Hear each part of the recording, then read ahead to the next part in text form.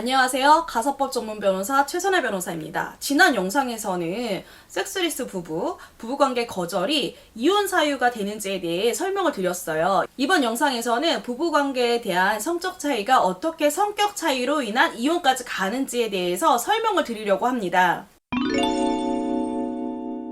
전 이혼 상담을 할 때 이 부부의 본질적인 문제가 무엇인지에 대해 파악하려고 노력하는 편인데요. 상담을 하다 보면 아무리 성격 차이라고 해도 상대 배우자가 너무 작은 부분으로 트집을 잡는다거나 어느 순간부터 고부 갈등이 있었을 때 무조건 시어머니 편만 든다 등등 부부관계에서 문제가 있을 것 같다라는 촉이 올 때가 있어요. 부부관계에 문제의 가능성이 보이면 전 제 친구 이야기인데요 라고 하면서 이런 말을 합니다.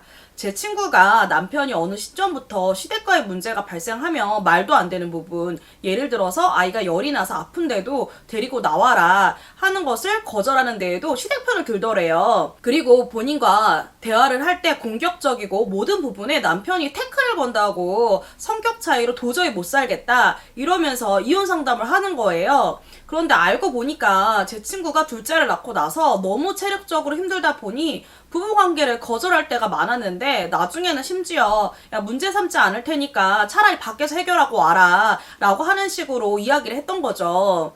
근데 제가 봤을 때 이 시점 이후로 남편이 무조건 시댁 편을 들고 전에는 문제 삼지 않은 부분에 대해서 화를 낸 것 같은 거예요. 이런 얘기를 하면 의뢰인 중 일부들은 이런 말씀을 꼭 하세요. 변호사님, 사실 저도 남편이 부부관계를 요구를 하면 피곤하다고 거절할 때가 정말 많았어요 라고 말씀하시는 분들이 의외로 많았습니다.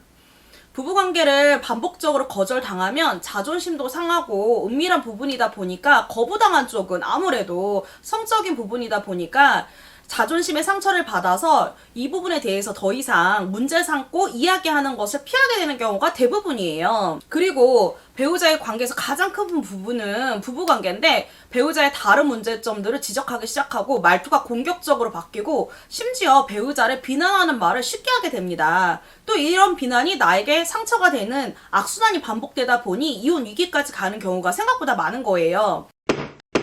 여러분 1호가 될 수 없어 라는 프로그램 혹시 알고 계신가요?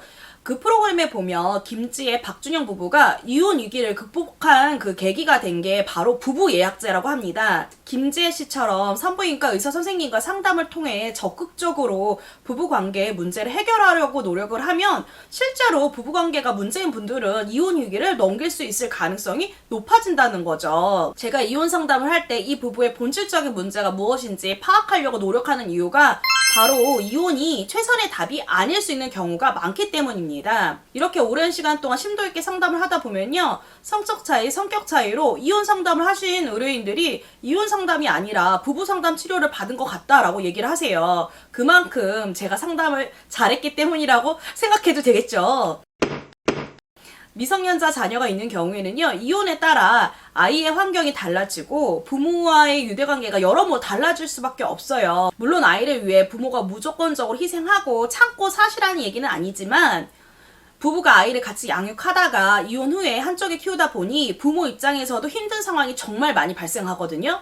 생각보다 이혼 후에 후회하시는 분들 정말 많고요.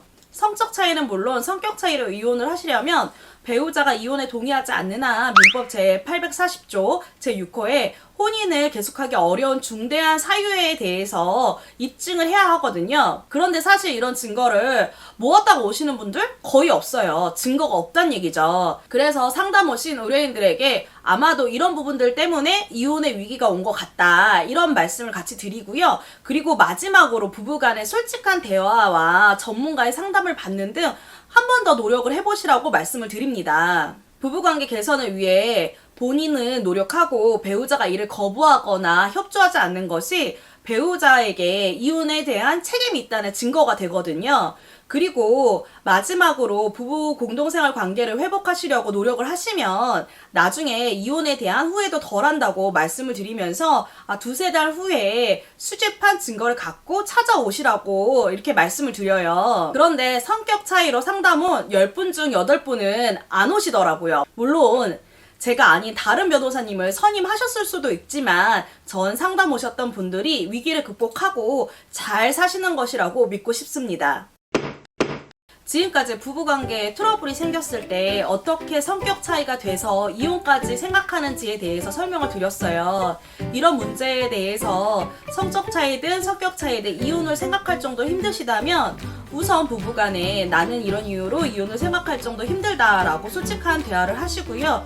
필요한 경우에는 전문가와 상담을 받으시면서 이혼 전에 마지막 노력을 하시라고 말씀드리고 싶습니다. 지금까지 이혼을 권장하지 않고 돌려보내는 가사법 전문 변호사 최선혜 변호사였습니다.